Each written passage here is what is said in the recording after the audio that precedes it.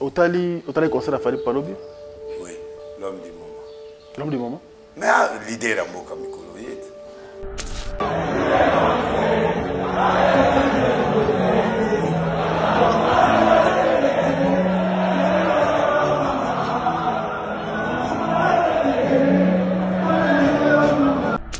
Na plaît, quel plan? La musique, sur le plan artistique, abeta egama likolo. Donc, on a bêtise les bandels Bumabé. Bon, ouverture. Ouverture. Ouverture, il faut que makasi pour ça me plaire. Mais bateau ba oya si mama mais ma hauteur oya ke na nango et ça bien.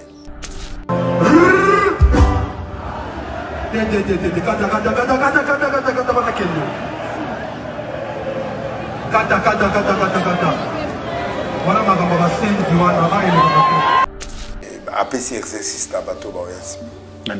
Et PC bateau oya si ma calcul. Élève, hein? Ou azana ceux qui a zemi. À 4 classe T. Batika yatanga na zemi na eti, au bota mais au moins classe 4 na T. Bon, certains parents, bah mon quand même que ils ont sensé, moi on a les boumou, na uniforme les sous dans cette école. C'est bon. Moi je trouve que la dame a bien raisonné. Nambo kaso abado mais l'écolo déjà 15 ans, 16 ans normal. Ils ont la logique dans Mboka. Eh, Mbonga na kinwa. Vous avez gentil. Tena comment nzam. Ngabe na Mboka. Mais logique on a fait le molango. Même bati à partir de 14 ans moi na Mboka déjà zo même l'écolo azo ça a combien de mois? Ah eh. A combien de mois c'est? Mais awa la ville problème mais biso za batamboka. Otala maman Mboka. Tena comment nzambe papa na yo episo vérité ngana mutamboka et puis na mboka tout développe total avance na développement ndenga zo nzoto ye loko tout ça va le mariage bien être contact biso na mboka ezaka te mboka évoluer mais etikali ka mboka ko encourager ba collègues na wana te ki ba zemi non c'est-à-dire essuyer na nzela des actes que za la zemi na cité oyo ko kota classe en école na ba Kambazo Sala et Salikizé. Batikaye à 6 classes. C'est humanitaire. C'est trop humanitaire. Tous à la trop strictité. Babylone, papa, il y a les bakou. Il y a les bakou. Bolongo lié. Après à Zongi, ça sert à rien. Si, mais à Rosamana, à Zemite. Non, à Zana. Comme moi, on a Zemi, ça dit quand même. Moi, bon, ça dépend. Dans l'imité qu'ils ont banamiqué. Ils ont 5e, 6e, banini, bon, à Suizemi, à 5 examens d'état, par exemple. Net 6e, à cause de l'examen d'état. La bonne nouvelle, c'est Kitapart, Pichou Kitenge Appartement. Pour tout problème de logement, la solution à votre portée avec Kitapart, Pichou Kitenge Appartement. Oh, Lingo loué appartement. Contactez Pichou Kitenge. Location, vente, achat d'appartements, pavillons, maisons, salles de fête et tant d'autres. Contact pour tous. Les 07 58 64 31 46 ou les 07 51 43 21 26. Email dynamis119@gmail.com. Avec Kitapart, Pichou Kitenge Appartement, votre problème de logement est vite résolu. UBC, Université belgo-congolaise, une grande entité éducative à Kinshasa. Avec ses facultés modernes, sciences sociales, économie et gestion, développement communautaire et environnemental, droit, santé publique et médecine. L'UBC décerne des diplômes reconnus mondialement. Ici, qualité et rigueur sont les maîtres mots. Son grand campus, avec ses 2 tours jumelles, s'enrichit des logis haut de gamme pour accueillir professeurs visiteurs, étudiants en immersion, pour les échanges interuniversitaires et pour une formation pratique adaptée. UBC met à disposition une ferme agro-industrielle, une bibliothèque pluridisciplinaire, une salle d'informatique à la pointe du numérique, un cabinet d'assistance juridique, un hôpital doté d'un laboratoire d'analyse médicale, une télévision moderne et bien équipée. En partenariat avec des institutions internationales, L'UBETSI octroie des bourses à ses lauréats et assure le suivi du cursus du 3e cycle en l'étranger. Nous sommes sur Louosi, numéro 11 à 13, en face du Carrefour des Jeunes à Matongé. Téléphone plus 243 816 000 634. UBC, une œuvre signée ambassadeur Mathieu Mobindi. Bana King, Bana Dar es Salaam, Bana Poto, Bana Mokil Mobimba, Cité AC Moko, Afrique Info avec Frank Semai, Yandankala, Twende. X-Bass, Marandura, Frank Semai. Allez, merci de nous renouveler votre confiance. Nous sommes très heureux de savoir nombreux. Vous êtes bel et bien sur Afrique Info et nous sommes chez les prophètes de Nil ici. On va essayer de brosser l'actualité ensemble. Prophète Boni. Ah, non, mon gars, Vous avez bien tout le monde en été? Oui, ça va? Ça va. C'est la raoula. Ah ouais. Alors, santé. Non, santé, ça va, la grâce à Nzambe. Très bien. Alors, actualité, tout le monde comme d'habitude, hein, la politique. Beaucoup de choses. Beaucoup d'autres continuent toujours à pas de problème. Entre autres, disparition du gouverneur au Katanga, M. Jacques Kaboula, introuvable jusqu'à aujourd'hui. Et le gouvernement même est notifié fils Naï pour que assumer intérim. Analyse, non? Bon, Hakimi. Mais l'autre, parce que tout normal, gouverneur normal doit manifester. À partir du discours naïe, bon, bah, tu as prêté attention. Logiquement, en tout cas, tu vas pas quitter. Sinon, il y a ça discours, tu vas bon normal, bon c'est bon et qui n'a ni s'intéresse à convoquer ailleurs. Il allait venir. Ouais. Non, on a le gars qui n'a sens lié, bouillé, dans le ma bête.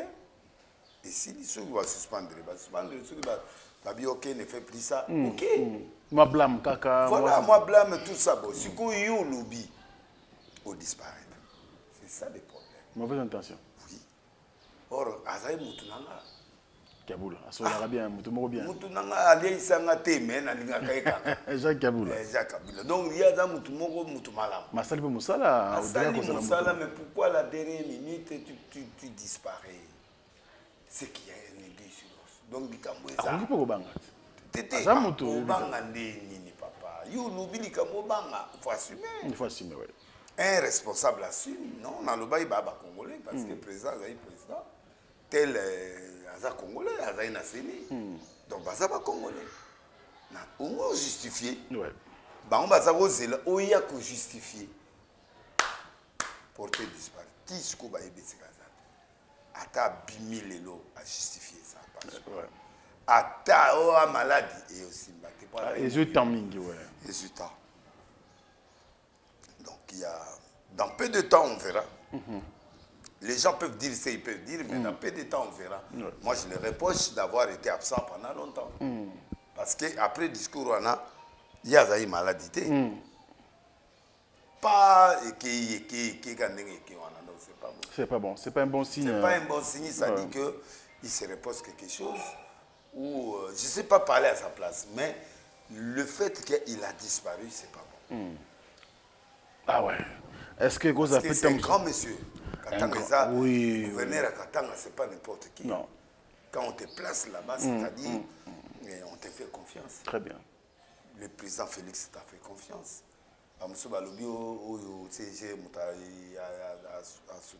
Ça va, on t'a fait confiance. Remets la confiance. Ah, c'est ça, donc nous attendons bien sûr à réapparaître.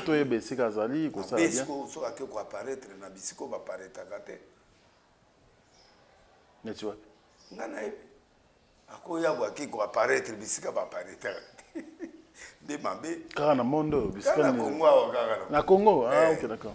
soit que apparaître côté va apparaître côté mabé soit en Afrique du Sud à l'équiwapi donc à comme Fantomas soit à Katanga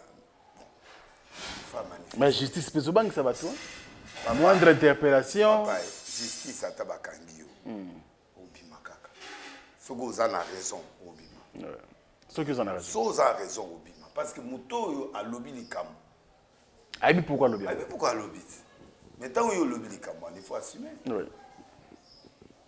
bon tant que yo assumer c'est ça le problème soko adjoint à comme déjà titulaire bon à communauté ça je intérim mais pour hasard na longwe ah oui Congo c'est comme ça Congo ils a bongo le gros disparaître au longwe mbalama ta longwe ma l'état au justifie les pas au banda ko banda déjà au père des postes on va aller un peu vite parce que mambo le bese belé vrai tous les gens n'abima to basoka ke wapi to yebita tous les abima akobima wapi to yebite papa OK komona lisusu kuna na FC okende kuna te moi ngana limité limité okende kuna ndenge ni il y a ça gouverneur wana na Okatanga eza province munene quand même et c'est une grande autorité nous moko bien donc maman autorité bon tous là réapparaître au lieu de soupçonner très bien allez merci beaucoup prophète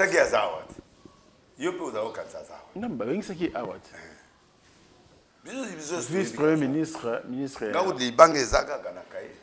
oh olongola te na longoli lelo allez longoli longoli po na yebi esika sa te papa na ya obeta libanga mais ezo kanisele mabe pona nini non na lobby place muto akoza les Congo mais ça ya dai na Congo siko azawapi azomona te kazi yango na muto alobi pete ka bimi Congo mais azomona ndete mais siko ya saini mais azomona te ya sagi discours batinele na document na ton a disparaître siko zawapi Afrique du Sud hôpital Mumba Afrique du Sud est-ce que baluki kuna baluki bazo zelanda ya répondre à l'invitation bato Afrique du Sud bazali ba oyebisa biso tozela yo mto oyebisa biso ngai ngamto yo mto lobi tozela oh tozela ngana ko bandeni bongo yo lobi azawa na lobi te ki azawa na lobi pete ka bimi to yebite isika zali porter disparu mokolo ko réapparaître nito ko yebe isika nya bimeli voilà ngai na sola kana yete na ibesika ko zala ndenge nini tozela kaka bon libanga pe suppose pour total isika o mekyo bengete yo sola kana papa est-ce que vous avez un numéro na vous avez un numéro na awo yambata est-ce que vous avez un numéro na ezali mais azo yambata o mekyo benga bon non c'est fini d'accord. Allez, merci beaucoup, on va évoluer, on va prendre le deuxième thème. Olandi, collègue Nayo, grand frère Nayo, Godem Poi.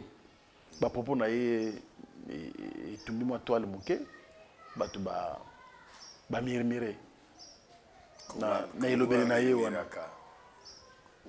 Godem Poi aza Peter, donc aza na bon, Peter tout na sens, mais aza mutumo wa ndako ya parmi bandako ya ma campagne voilà bapanzi ndako ya kala somba kala na période ya Mobutu ne baloba tonga na nzela yo binda kwango na yebi yango eza na coin ya atonga na nzela te je crois pas mais bon babilo batwana ba yebi nde batonga bandako na ko loba mambo loba bilobela te mais eza na coin avenue avenue na des oiseaux. Ah, les deux oiseaux, ok. Côté oiseaux, ils ont na allée verte en fait. Allée verte. Ok. Na coin allée verte pour devenir donc place voilà. À habiter. Les anda wakala. Ah. Et anda ko bana Mobutu. Avant il y a comme politicien? Oui. Non. Ah bon?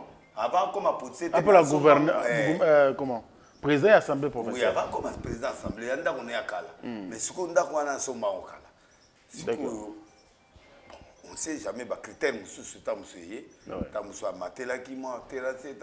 sait jamais mais ce qui était important c'est qu'il fallait que tu aies un donc vous êtes d'accord tu es na kobuka wana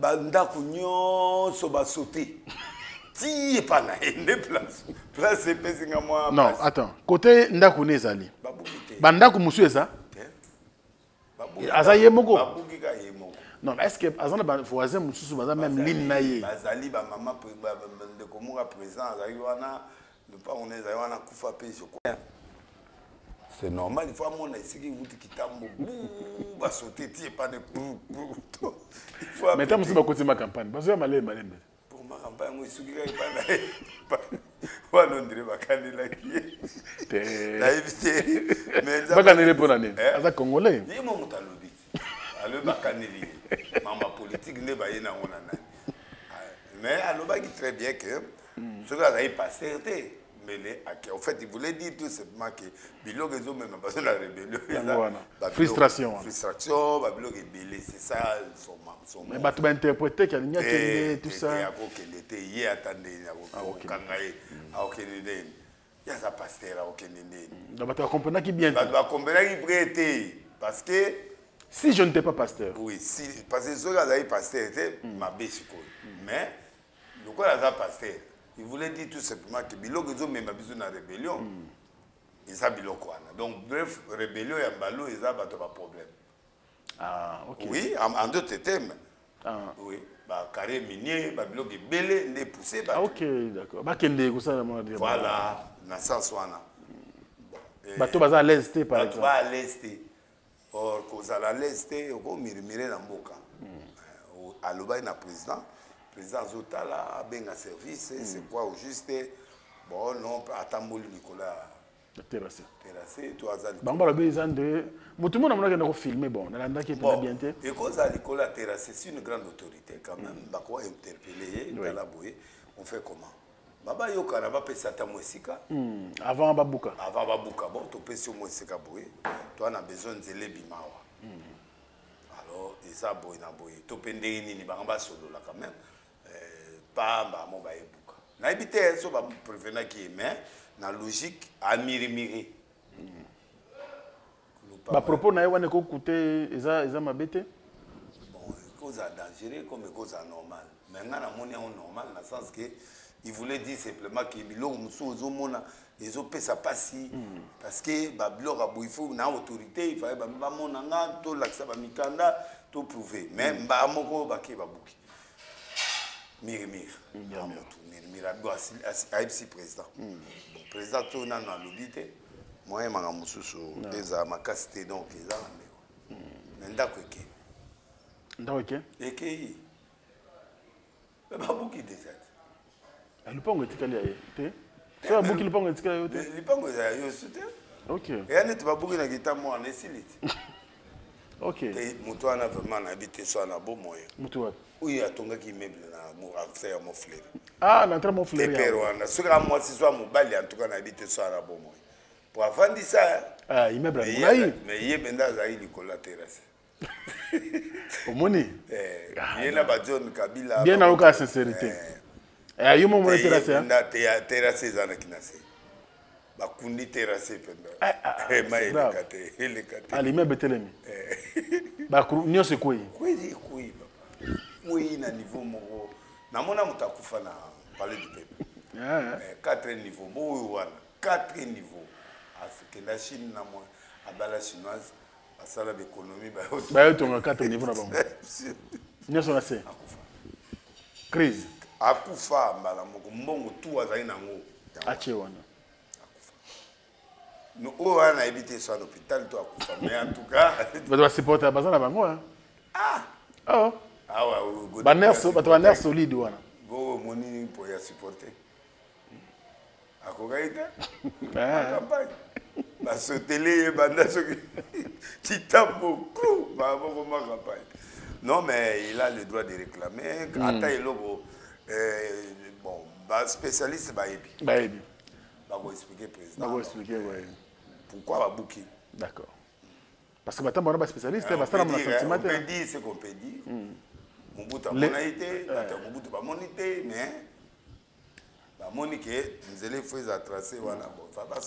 En tout cas, le gouvernement provincial de Sakanate, balengi bazongisa Kinshasa ndenge ezala ekala misala mosusu kasi babanda kofungula nzela te banzela eza mike mingi te chance ka nde nayoki nani oyo ministre ya finance abiye moko afinanse mbongo abani misala lokola ministre ya finance akotinga na CPI misala ya nini misala banzela ya batravaux banini omoni oyo eza na stade de atie mbongo na ye moko poche non oza wapi atie mbongo ya gouvernement d'accord ye nde siko aza na kati siko akoti po banzela esala mbango donc yo eza d'accord te ndenge quand même baconstruction anarchique ezala soki anarchique ezali baoluka ben voilà c'est normal et puis bandi lelo te depuis kimbuta ezalaka opération wana nanga basuka na nzela bakende nango ntina suka bakende ntina suka d'accord basuka na nzela te nani gouverneur nga moyen naloba mama gouverneur ya te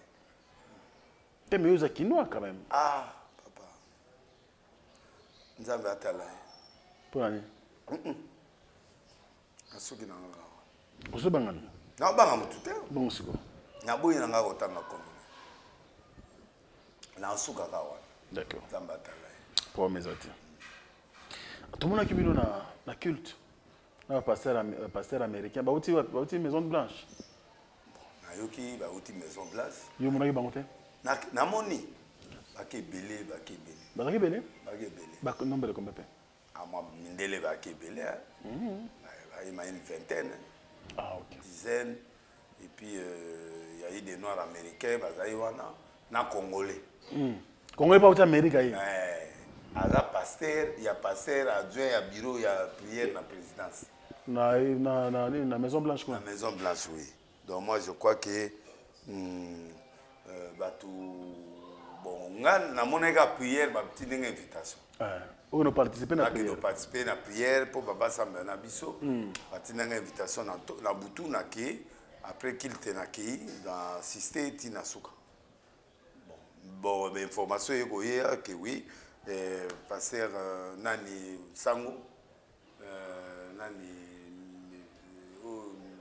masola basango Eliezer muta invitaki honorable Eliezer Ntambo a invitaki pasteur congolais wana congolais a yebisi mundele a pon tiba ye pour nani kasi pour la prière basamba pour mboka nde na yoki bayaki président pa yambi bango premier ministre yambi bango ce qui est fait on a prié bosambelaka ensemble bino na français bango na anglais anglais na français tout samedi tout samedi mais c'est gagné na sekite yo muto tu na tout sambeli po na mboka po ozolo bandere prière ngo ozalaki te alors tout le monde qui image na j'étais là mais tout le monde qui yote nazalaki kakenza zalaki ba nani mutu na nga tout le monde qui pasteur mukuna zalaki pasteur Walesa bango tout oui non so bozalaki belé on a prié vraiment. Et Gibama Pia, président Nabino. Oui, tout ça, mais le président n'a pas été. Le président de la confession religieuse. Ah oui, la confession religieuse, voilà. Il était là. Wano Bongisi. Posez au rôle, on va la réveiller. La réveiller, on a un peu mon cause. Mais hier, Aza, président de la confession religieuse. Kasi wana ezo ko gérer binonios. Oui. Et les binonios. Ba contact peut tamboli tout ça. Ba contact de tamboli mukiliyaki ba to ba répondre. C'était très bien. Gloire à Dieu. Asala. Tobondeli pona paix na mboka. Tobondeli pona paix bon. Tobondeli pona paix ya mboka, tobondeli pote nzambe asala na mboka et puis ainsi de suite. Bon, prière quand tout ça ba prière nyonso esalemi. Nyonso salami après bango kena bango. Oui, bango bakete. Na epsi ba zongi. En tout cas merci. Na maison blanche. Ouais. Na nani azadien. Bureau adjoint. Na batu na ebayaki basa. De bossa tour na Afrique to bayaka. Te awa kaka Afrique te. Afrique ba okende wa. On va payer africain. Te bango bayeka ka losambo pona Congo. Kinshasa. Mais biso to payer ba Nzambe. Hein? Ba yebi ke biso payer sambela ka makasi. To sambela ka makasi. Oui. Sambela ka makasi. Mais prière pende za na boko. Prière ça. Ba ye apa ba ye ba sambeli na biso mais biso moko pe to sambela ka. Je suis docteur Pichotondele, pharmacien de formation. Je suis formé à l'université de Kinshasa à la faculté de pharmacie. Et puis je fais d'autres masters en transformation des agro-ressources à l'université Marien-Ngouabi et au Canada en préparation de cosmétiques thérapeutiques naturelles.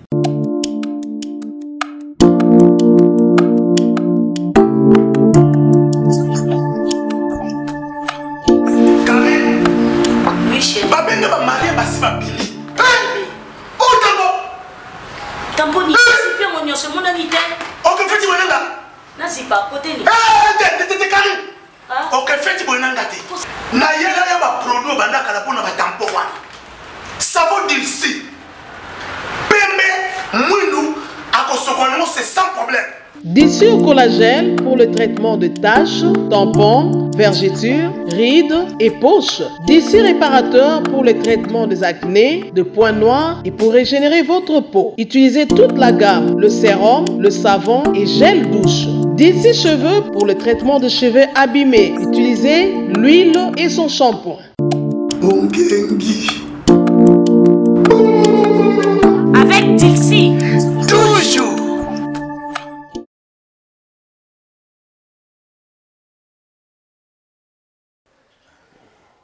Renan au Bambaye, to Sangani, to Sameli, Bisope, to Samela. Donc, il s'agit que impact est en Mboka, c'est-à-dire que mon vision en Mboka, parler sur la vision du pays, on trouvait que le Congo c'est un pays prophétique. Donc, il faut Samela là. Confirmer Marmo Toloba. Bah confirmer, hein? Oui, mais parce qu'ils ont trouvé que c'est un pays prophétique, il faut bien ressembler. Pérou, Louara, oh non.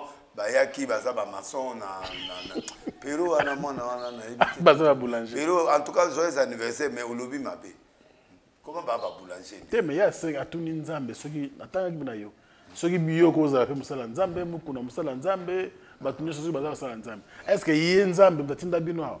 Soki mtatinda bino ko za basali na ye. En tout cas zo mo timo libabe. Banani.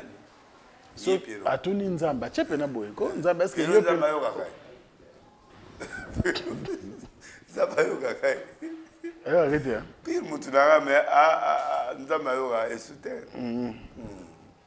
Il y a le bébé à maçon ba utina Brasilie ba epie. Oh, en tout cas, tipo la makamalu baka nzamba pambola. Amen. Mais bon, il y a une opposition, il faut comprendre. C'est tout à fait normal. Opposition, hein? Tu sais, à s'opposer à la pouvoir, non? Oui, à s'opposer à la pouvoir, oui. Allez, on va évoluer. On a une de Jean Bosso Kindomba. Et à l'Oba. On a une pour l'église Philadelphie. Il y a le bible opposé. C'est mon église dans le monde. C'est l'expérience de ça. Mon église, c'est comme ça. Car une église, on a président Bimi. Car une église, on a grand opposant à Mboka Bimi, car une église, et puis rebelle, pas comme une église. Analyse là, bon, ça faut été analyser. Analyser, hein? Analyser, qui est bien. Ok, bien. Mais quand il y a le lobby qui est, à mon athée président, à mon athée le plus grand opposant, à mon athée rebelle, à Bimi, trois catégories. Trois catégories, tu as mis une église, mon corps. Oh, AFC. Moutakuna. Ah, ça me Philadelphie. Ah, Mouta Philadelphie, Azaraï Mouta réveil. Après, tu as comme na Philadelphie. À Bimi, na Philadelphie, biso de récupérer pour comme un réveil, mais Azaraï Mouta Philadelphie. Ah. Très bien. Nzamba Sali. C'est l'église monnaie, hein? Nzamba Sali, grâce à Zui opposant, à Zui président d'abord. À Zui opposant, à Zui rebelle. Toi. Très bien, merci beaucoup. Multifonction. Moi, ça prend l'église, il faut respecter alors. Ah. Bon, c'est un grand pasteur, hein? C'est un grand pasteur. L'église, c'est président de la République. C'est l'apôtre Roland Dallot, c'est un grand pasteur. Bon. Hier, à Saïri Bato à la base à Athé, il n'est pas responsable. Très bien. Allez, on va évoluer, continuons toujours. Dernière décision. Tu as une décision, il y a ministre et enseignement, il y a éducation nationale et nouvelle citoyenneté. Madame Raïssa Malou a publié une circulaire rapidement. Alors, moi, si élève, ou ceux qui ont zémi, akata classe T batika ya tanga na zemi na eti akende ko bota mais au moins classe katana te. Bon, certains parents ba moni quand même que ils en a sensé moi na libumu na uniforme de sous dans cette école. C'est bon. Moi je trouve que la dame a bien raisonné. Ah bon? Oui, parce que moi on a donc Siméon Siméon Denis Lesiboye na école collègue na ya classe na zemi. Azuzemi kasi. Toyebi tina zemi on a te azuzemi eza coup. Et cause à la coup. Azari na mbali ayeba ite calcul ezu. Azana classe fois c'est sa classe. Mon âge nini? Bon ça dépend. Parce que déjà pas na biso awa. Moi on a 18 ans sur bimi na isa viol. Oui mais bon, ceux qui moi na 4e des humanitaires aux âge nini 3e des humanitaires aux âge nini? Papa pité pour na école te tozolo bien bon âge selon ba loi ya mboka na biso. Pité pour na kate. Moto azui na 4e, azui na 16e, azui na 1er. Asali mabe.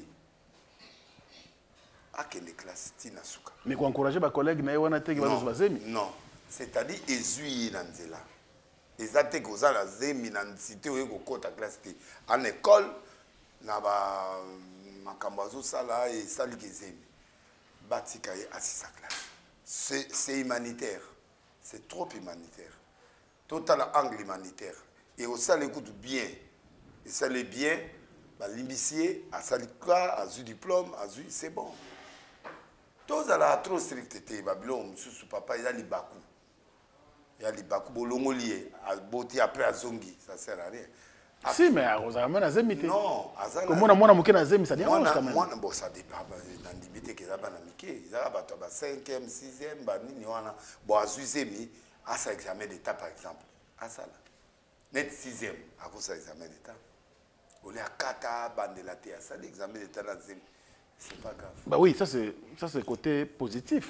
Oui. Il y a décision, mais côté négatif, la décision, je m'en ai négatif, tobo mango. Comment tu faut réfléchir? Tobo mango parce que moi, soana, Ekobo, et l'église. L'église? Oui, Ekobo, biso ka tout le monde Ekobo. L'église catholique, protestant, musulman, tout le monde a un mabé. Mais nous sommes pays laïcs. Nous sommes pays laïcs. Tout le pays laïque. Pays laïque, à Zuzemi, bon, c'est bon, à cause que nous avons un diplôme, à cause de ma à ça, bon, à ça, à Zemi, tout ça. Na avant, après, après, zongi. Qu'est-ce qu'on peut épargner ma collègue? Eh, moi, la mère, a sali, moi, ma cambo, a su ma cambo ici. Mais comment ça va? Ah, ce gars continuer à payer. On va éviter. Donc, tu légalises alors? Non. Ils ont légalisé le quoi? Non. C'est-à-dire que, toi, quand tu as zémi, ils ont une sens d'improvisation. Moi, c'est normal à une école à cause de zémi. Logiquement, à une école à cause de zémi. Na âge avant 18 ans. Monsieur super à Kobala. À Bala, mais à Suzemi. Ils ont fait partie. Bon, Monsieur Kobala ndengani. Oh, mais moi, nous sommes à 6e Babala. Bon, quand on a Bala, moi, on a âge. Tu es maintenant loi. Comment on est là? On a Oya Katangati. Ouais, biso. Nani. Oyo mutu na biso l'église primitive. Mais bakanga bakanga pour nani? Likambote ata bakanga mais mwana. Likambote, c'est un danger. Wana ezali viol. Oui. Wana viol. Mais mutu azuzemi n'est pas normal. Andimi mobali na ye. Oui, mais faut à 18 ans mwana. Ese batongo balobi ezali na 14 ans, 13 ans. On est commis dangereux. Ah, mais ouais. Oui, mais il faut réfléchir autour de la loi. Oui. Tu réfléchis tout. Mais ceux qui déjà, mingi le bara 6e, 6e. Moutou se perd dans la 6e, à la 18 ans. Oui. 20 ans. 20 ans. Il y a des cas comme ça, oui. Oui. Donc, à Zané, à Zemi, tu peux faire les examens d'État. Mais il y a des mineurs dans limité. Mais est-il que donc, il faut, Excellence, à expliquer Batou. Oui. Hein, il faut que moi, qu'on crée séminaire, qu'on créer, qu'on expliquer, qu'il faut avoir un âge avancé pour permettre Sur la Ligue, il y a 18 ans ou 18 ans, il peut faire l'examen. Par exemple, oui. moi, précision, on est importante. Oui. Sinon, c'est catastrophique. 12 ans, ma bé. C'est grave. Et comme nous sommes uniformes, nous sommes quand même 12 ans, ma bé. 13 ans, 14 ans, ma bé, mais bah, il est Congolais avant l'âge. Yosa leader d'opinion. Oza musala nzambe. Yo ebi ondene. Nani aiba âge. Nani? Mwana suka aiba na âge. Kasi mwana sotuna. Tu suka na école. D'accord, école kasi. Yo digane. Mwana suka na école pe. Non mais parce que na école te. Te azakotanga, bien sûr, mazaki dans 16 pays. Aïda na musala. Aïda travailler, tu vois. Moudeza zo sala. Oui, mais c'est des cas isolés quand même, hein. C'est de normaliser nyonso. To compter bato ngwa nyonso. Banane. To compter bato ala nyonso po. Mwana tu kaka ti bona lisusu. Basa ebele. Ata mana tsuka te mala mo ebele. Mais rare. Ouais, c'est pas rare, pas isolé. Oyo, bon, namoni a réfléchi dans le sens il y a bateau bazamo âge avancé. On peut dire ça. Mais namoni. Na idée na yi. Les amants bateau ba avancé. Ce que j'ai bon peut-être oui. Mais âge avancé ça l'a raté avant 18 ans. Bon bah 18. Il faut 18 silicolo. Bah 17, 18. Voilà moi on a bimi déjà dans la classe, comme à l'université. Bah 17, 18, ça va. T'es 17. T'es 17 à ta mineur mais quand même déjà émancipé. Émancipé papa. Émancipé. La fille émancipée, ça dit bateau déjà va se développer. Non mais ce que bimina yé bakangi yo. Pour ça 17 ans. Okanga mais problème ezali moi naza avancé na âge. Oh. Mutu ese oh mais na poto eza mutu ese ah wa poto te. Si tu es na kipoto ah wa to bomi mboka. Ça va. Bon la République démocratique du Congo. Bateau va avancer quand même dans l'âge sur Azuzemi, il peut faire les examens d'état, il peut étudier, il peut avancer. Mutu ça robi m'appelle mbala yebi mbala. Interdit comme madame Mobal ne sont à moins de 18 ans. C'est interdit dans la loi. Ah oui. Papa. Oui. Mais ils ont côté là pour la. Batouana. Batounim. Bango nyoso bayebi. Oh. Bakonzi, batutu bayebi. Mais bayebi pour balinga pe bana. Ah. Mais oui. Non mais c'est grave. Mais tout vérité papa. Mais c'est dangereux. Bakonzi balinga ka bana mike. Non, baroban quand même, baroban quand même. Balou qui sera 17, 16, 18. 18 mais 18 c'est normal. Kasi on a solo babani na moi 16. Ah, mon Dieu te ma kasi 16. Ayebi si o baba o yebisa bato. Bo ba bimane. Makama na mboko ya papa. So bimi polele boye makamba. Yeba maman ndene. Na yebi. Mais c'est grave. Oui. Bon on prévu au moni mutu na nga wana. Abali moi c'est na 12 ans. Man. Oh il y a l'église primitive.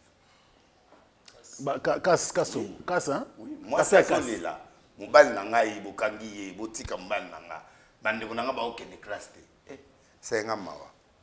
Ah. Abima. Na nga ça dit les faces. Abima? Abima te?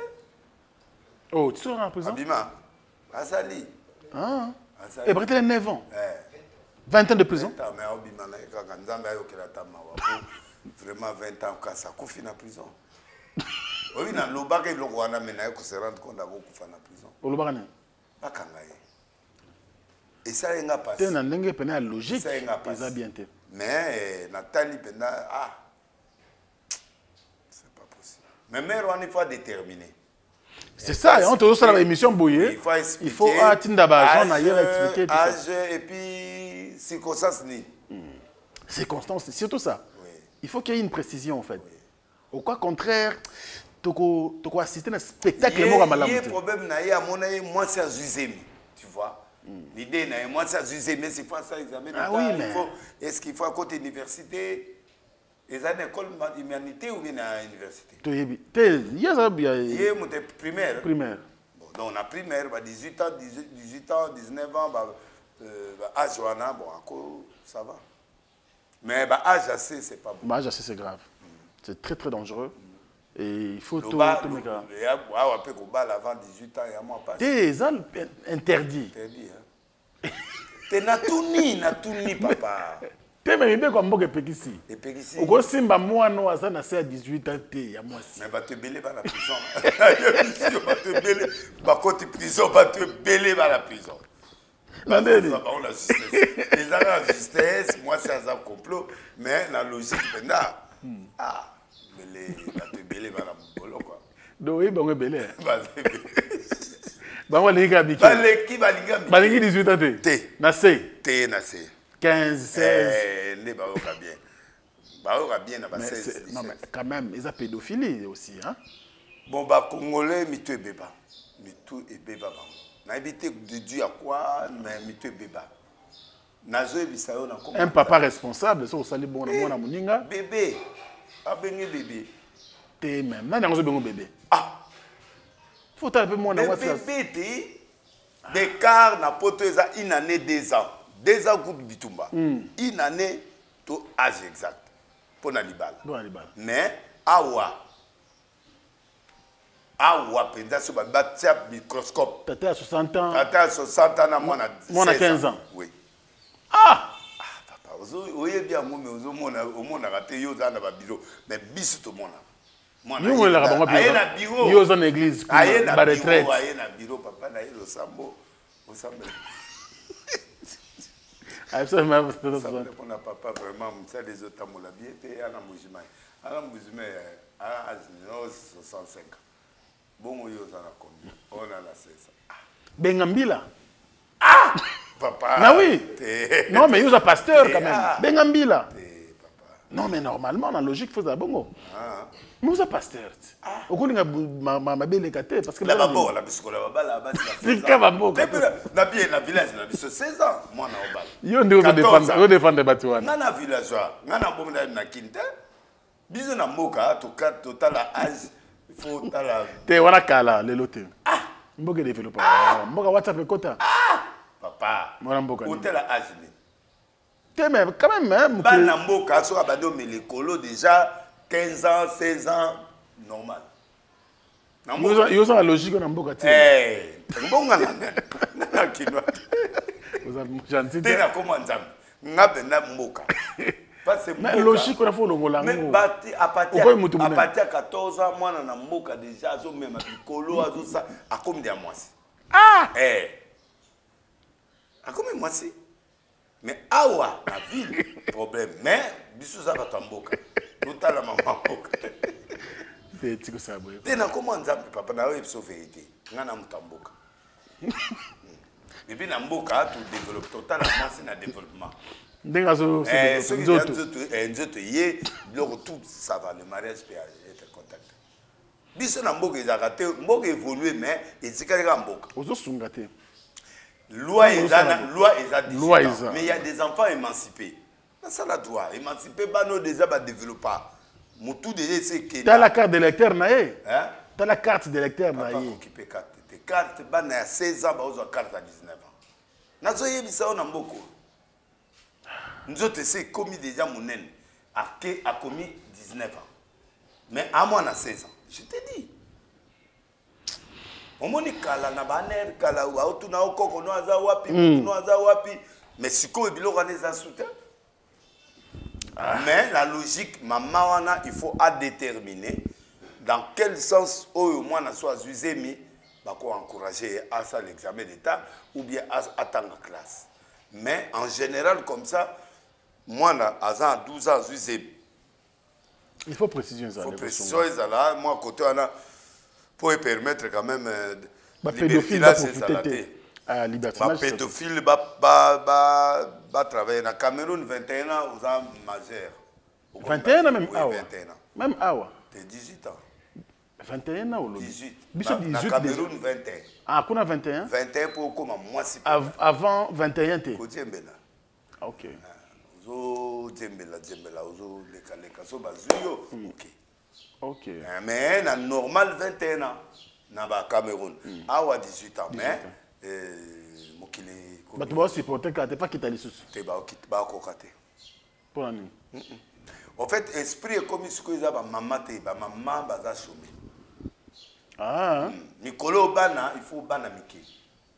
Malgré les sumu ma bête au bout condamné mais alingi bon. Papa, oh, tout le monde a. Le bénin clair. Et le bénin clair. Et là, on a un commandant qui s'y est normal. Et le bénin, on est. Ngainde na oluba ide na ngai zali boye batata wana balinga bana balingi ba mama te. Je jure devant Dieu. Batata wana ebele ozomona na ba voiture. Chauffeur arrête appelle-les. Papa ba oluka yo bana pe la telina niveau ba komi nango. Et azu. Ya mo moni mokila mo baby. Ministre Azuka ndenge wana, mais logiquement, il faut déterminer mon âge. Âge surtout. Zemi y a problème. 19 ans, Zemi d'accord. 18 ans, Zemi d'accord. Ce que moi, c'est la 6e, peut-être. 6e, pour passer l'examen d'État, c'est tout normal. 5 ans, na évité bana C, c'est moins difficile. C'est pas bon. Allez, merci beaucoup. Merci au pasteur.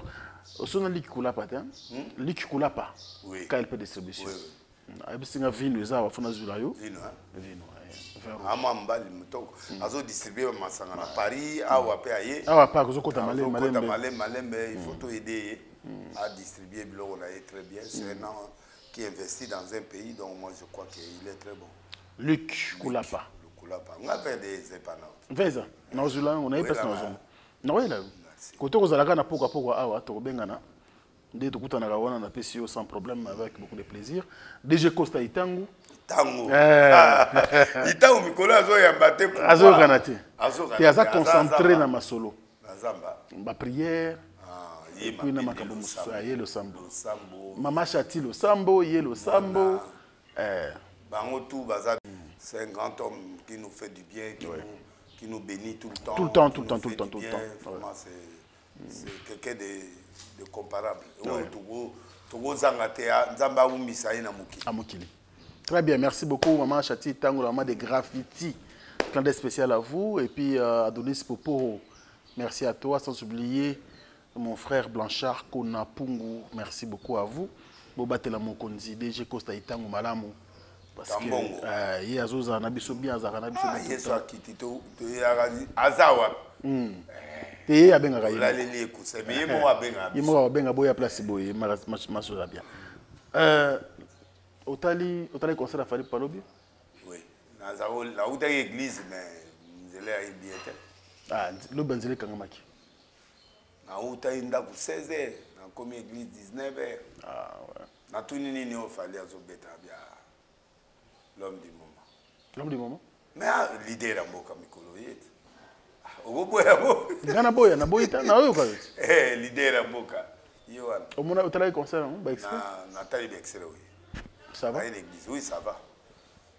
Vous avez une église otala ba extrait concert? Non, on a bimi église. Ah d'accord. Donc on va aller pour la prestation là. Bon, il a bien presté. Il a bien signé son cachet et puis après cet exercice là bateau ba yasi. Niveau ya balé ya beta yelo musique ya beta yelo bi et puis si bateau yasi ma calcul. Ba congolais ba ki parla bango te. Tali yo l'équipe fali mais bango ba obeta mais c'est qui est vrai qu'il a donné des calculs. Ah ouais. Na plein na musique na plein quel plan? Na musique sur le plan artistique a beta igama likolo. Donner un petit les bandes mabe. Bon, ouverture. Ouverture, il faut mutamakasi pour ça me plaire. Mais bateau baoya si maman mais ma hauteur oya kena nango ça bien. Ah mais ça la bien comme ça va équilibré par rapport au niveau ya bêtise siko ba peut pas bêta na niveau on a pour permettre siko équilibrer ça. La regretter ka faire à terre. Faire à décliner na offre. Ah OK. Voilà bêta. Ah congolais papa. Bon, il y a festival na ye ba ya kité. L'état a soutenu qui est pensate. Après mon musicien a boudé. Mais le fallait qu'il y ait un côté fabriquer ça être un échangeur. Dans le même cadre kaka. Échangeur de l'immédiat. Musique en deux. Ah, on échanger les arbres. Échanger les képi na zamba. Limité kaka, yo le cas échangeur wana. Aucune église de l'année. Na libé kutu na le kawana na libé te conseil zaki. Aucun maquillage était. Moi, tout le monde, bon, on a une campagne, tout ça, on a un programme. Mais ceux qui ont fait le lobby, ils ont musique à distance, ils ont mis un écart. Oui, c'est bon pour troubler ça la tête, mais tu as pas fanatique. Au moins, les villageois qu'on a été, Nanzela. Na mona ba tu me na tsaki kate lo go yepsinga tsiko tseka beta ikuna ande ona ngamsala to yebi OK album nasika album ba musicien na yayi ba university album ba asal ya ba musicien university mais banzemba kitoko Fabrica ça embanga banzemba kitoko musicien ba bien tout ça black té succès et l'homme sous bablo mais en tout cas Fabrica chante bien aïe parmi les musiciens on peut chauffer biso beaucoup il est parmi des grands musiciens moi je l'encourage très bien lelo wera mtarobeta weranson et merveille weranson lelo et puis wera mitengezana lelo 17 na omone moi mitengezana l'oble 18 watana bena na limité Kofi Olomide quadra robeta na parler du peuple Kofi Olomide. Wata wapi? Wata na échangeur. Place après ça. Yena nani koto? Quadra, Koraman. Quadra koto yekuna. Yekuna. Total le roi de la forêt. Mais na limité pe ba concert aux la forêt comment benda bato. Ah hier que. Génération berceau. Amoni biloko ye. Biloko ye. De la forêt hein. De la forêt na limaite. De la forêt benda beti poto. Ah, kokenenyo so asekwi. Libelaki. Bato baza ebele. Ouais, tu étais là le roi de forêt lelo. Et là combien de jours? Et aussi la lobby le 18 je pense. Et c'est la lobby. Lobby. Ça a 3 jours. Mais na mon président ça il discours. Yim le président de Fongolia. Fongolia. Le centre culturel. Ah, ayaki boité. Avec la centre culturel. Non. Ah, bah concert les obéta. On a pas une activité monsieur Ezali. Ah, OK. C'est un festival mondial hein. C'est un festival mondial. Il y a ministère de la culture et du tourisme. Ah, c'est le roi Zabo mon ana kende. Vraiment falo que. Ah. Mais kende le ya wera. Wera nani comme on nzembo na yo na iloko na yo na comme on. Ouais. Asa na nzembo mo comme na iloko na mo boyo. Tout se paye ici-bas. Tout se paye ici-bas. Mais asa na nzembo mo murata. Yango te eleka. Morote. On est album. Et bimate. Non noté. Yango biso tout se paye ici-bas après bilom sur la sim. Morote. Na monege na ve mo. Ah oui. Voilà, ça l'image a bien. Oui, ça me l'a. On va aller un peu plus vite parce que tant pis. What a lobby. Lobby, la clôture. Lobby la clôture. Yé na fikini. Na échangeur à limité. Ah, bah toi vous avez mais na ba été nani batusu abeta un échangeur batusu. Tu sais ils ont batusu en tout cas félicitations à président de la République na ministre de la culture et art batunyo so en tout cas une bonne réussite c'est bani bien très bien. Oui.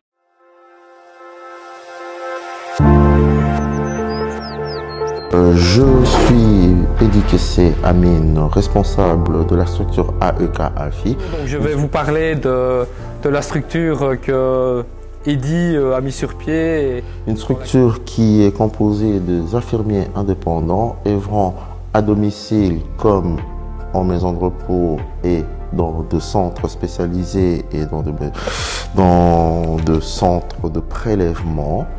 Et nous œuvrons plus dans les secteurs de spa, Verviers, alentour, jusque, disons, Grand Chat, Tir-Chat, pour tout ce qui est domicile. Donc il s'agit d'une structure infirmière qui est destinée à réaliser des remplacements de professionnels infirmiers sur des lieux multiples, qui sont principalement des maisons de repos, des maisons de prise en charge de personnes handicapées, mais également des soins à domicile. Il y a des projets qui sont en cours pour développer des soins chirurgicaux au domicile en collaboration avec des chirurgiens. Donc on travaille en collaboration avec plusieurs maisons de repos, avec des centres de prélèvement, avec des centres pour handicapés. Donc je suis totalement à ma place, je suis à l'aise, je me sens bien dans l'entreprise dans laquelle je travaille.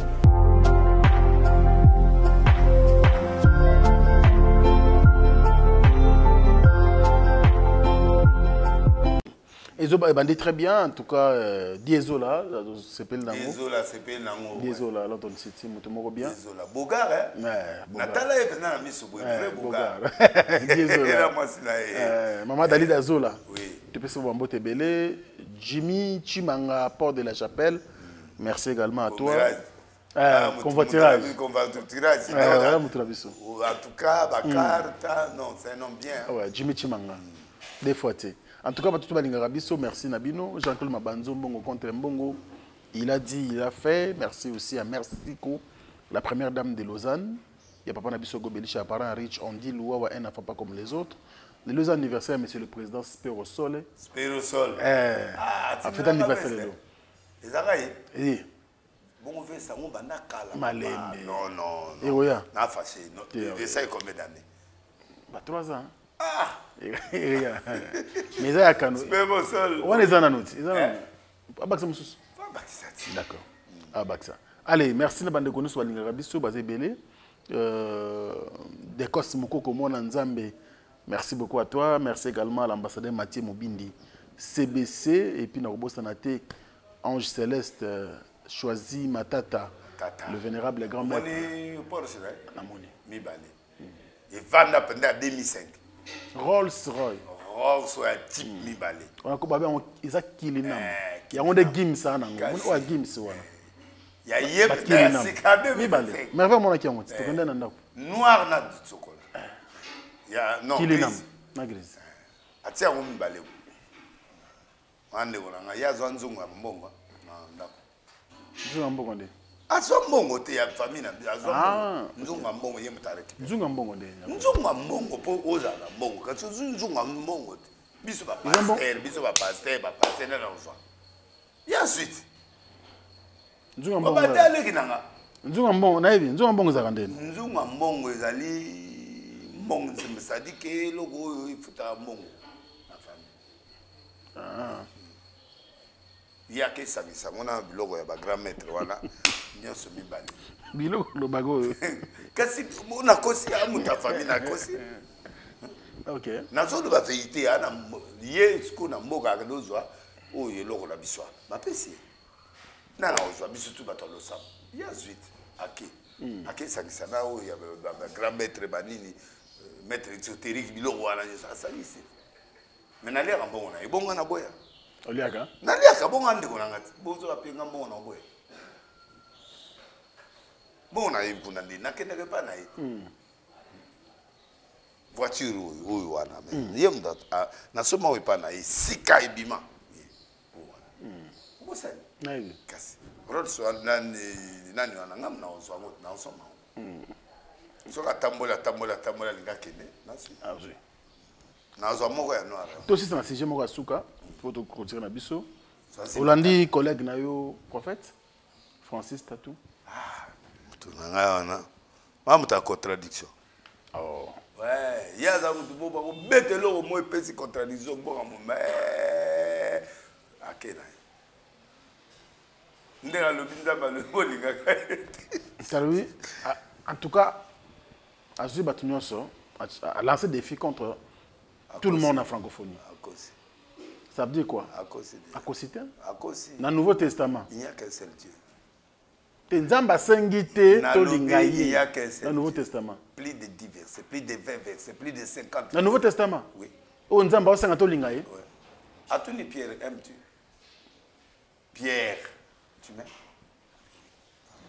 Tout ce comme moi. Nzambe.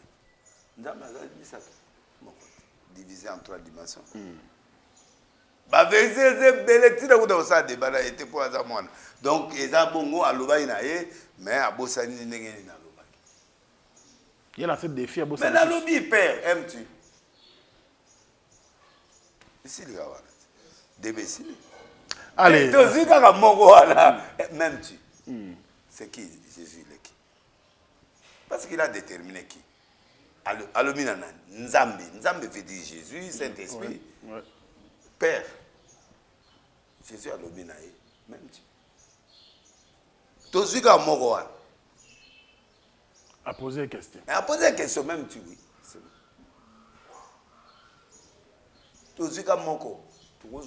Mais lui, il parle de la recommandation. Là où Dieu nous recommande de l'aimer. Mais dans le lobby, Dieu pose la question. Et la question et la recommandation sont deux choses différentes. Non, aimer.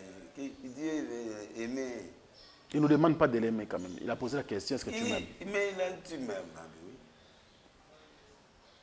C'est tout. Bon, il y a aussi dis donc, c'est belé, la boy n'a pas de débat. Ils ont pas de débat, mais non, lui, il aime trop de débats. Donc, il est. Bon, la Ligue n'a pas de débat, mais il y a beaucoup de versets. On a battu tout l'Ingaï, dans le Nouveau Testament. Mais, même tu. On a la question. Ok, c'est le premier commandement. Aimer Dieu de tout ton cœur et ton âme, et aimer ton prochain comme toi-même. Il a dit ça. Jésus a dit ça. Aime Dieu de tout ton cœur, de toute ton âme, de tout ton esprit, et aime ton prochain comme toi-même. Premier commandement. Vous avez l'Ancien Testament? Nouveau Testament, Jésus a résumé 10 commandements en 2. Dit, aimer Dieu de tout ton cœur, de toute ton âme, de toute ton âme, et aimer ton prochain comme toi. Allez, merci. Allez, fini. Bébé, il moulaï, tu repèses à 180 versets. Mais dans le rien, il y a l'idée. Peut-être, il y a un peu de comprendre. Mais, dans le niveau de tatouage, il y a un peu de débat. Le débat, bon, ça, il y a un niveau moussous. Il y a un niveau moussous. Il y a un niveau moussous. Bakosama na epsi loko lelo tiango na mutu bato belé bakosama na nzambe pona biloko mususu. C'est un grand pasteur, je crois que peut-être façon ya lobeli biso comprendre a symbole la bisusu mais la logique nzambe alors c'est un catholique mais elora liboso ya nzambe aimer Dieu elora liboso aime Dieu de tout ton cœur de tout ton âme, de tout ton esprit. Premier commandement dans ce testament Jésus a renouvelé en bon aussi. Tout ici, pasteur. Au lobby, mais excusez, tu as tout comment ma bête. Non, tu as analysé ma lobby. Tu as analysé ma camoufle. Na habité, na na mona na ma lobby à tout te mais na lobby na. Aimes-tu? Tu m'aimes? Jésus c'est Dieu. Oui, bien sûr. Que nous connaissons la vérité est en Jésus, son Fils, c'est lui qui est le véritable Dieu. Donc il y a un débat sur la divinité. Il y a on dit manzambe à 3, on dit manzambe mort, il y a un débat. Alors Dieu demande aux gens de l'aimer, il y en a beaucoup. Mais vous avez la raison, mais biso, tout ça n'a pas versé. Très bien. Toi aussi c'est banga, toi aussi ça va biso. Bédachou. Patron Bédachou, beau gosse, yo, ça. Mouyaya, Patrick Mouyaya, King Lova, Guilwano Moyo, gouverneur Fifi Masuka, Lualaba, Ndeko Kombo Kimi, Diezola, bon, gouverneur Limbisa, Galois Zoka, la PC Moté, Dédé Mopassa, Didier Boudimou, l'homme qui amène les pays.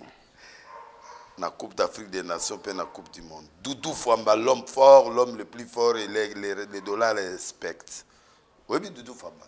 Betakara, mais il y a un peu de ministre de la Finance. Merci. Nayebi, excellence Doudou Famba. A occupé. Nayebi, c'est occupé. Ayebi. Excellence Doudou Famba. Prépare-toi, mais il faut expliquer là. Zoba bengi aussi, il y a une information. Vas-y.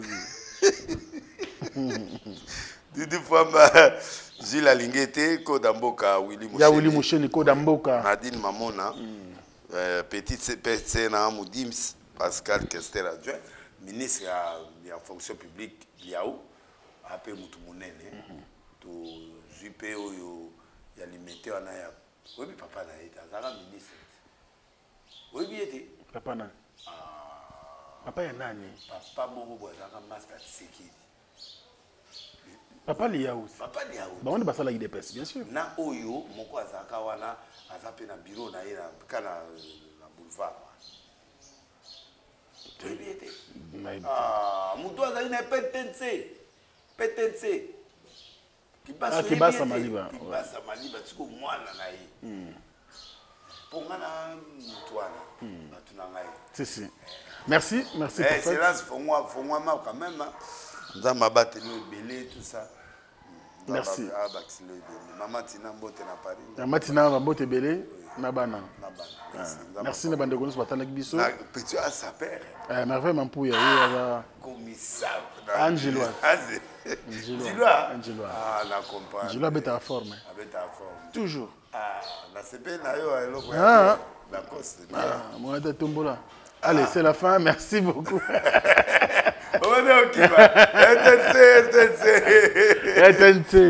Merci à Merveille Mampouya. Les cordons, allez. À la prochaine, au revoir. La bonne nouvelle, c'est Kitapart, Pichou Kitenge Appartement. Pour tout problème de logement, la solution à votre portée avec Kitapart, Pichou Kitenge Appartement. Oh, Ligno loué appartement. Contactez Pichou Kitenge. Location, vente, achat d'appartements, pavillons, maisons, salles de fête et tant d'autres. Contact pour tous. Les 07 58 64 31 46 ou les 07 51 43 21 26. Email dynamis119@gmail.com. Avec Kitapart, Pichou Kitenge Appartement, votre problème de logement est vite résolu. UBC, Université belgo-congolaise, une grande entité éducative à Kinshasa, avec ses facultés modernes, sciences sociales, économie et gestion, développement communautaire et environnemental, droit, santé publique et médecine. L'UBC décerne des diplômes reconnus mondialement. Ici, qualité et rigueur sont les maîtres mots. Son grand campus, avec ses 2 tours jumelles, s'enrichit des logis haut de gamme pour accueillir professeurs visiteurs, étudiants en immersion, pour les échanges interuniversitaires et pour une formation pratique adaptée. UBC met à disposition une ferme agro-industrielle, une bibliothèque pluridisciplinaire, une salle d'informatique à la pointe du numérique, un cabinet d'assistance juridique, un hôpital doté d'un laboratoire d'analyse médicale, une télévision moderne et bien équipée. En partenariat avec des institutions internationales, l'UBC octroie des bourses à ses lauréats et assure le suivi du cursus du 3e cycle à l'étranger. Nous sommes sur Louosi, numéro 11 à 13, en face du carrefour de jeunes à Matongé. Téléphone plus 243 816 000 634. UBC, une œuvre signée ambassadeur Mathieu Mobindi. Bana King, Bana Dar es Salaam, Bana Poto, Bana Mokil Mobimba, CTF Moko, Afrique Info avec Franck Semaï, Yandankala, Twende. X-Bass, Maranura.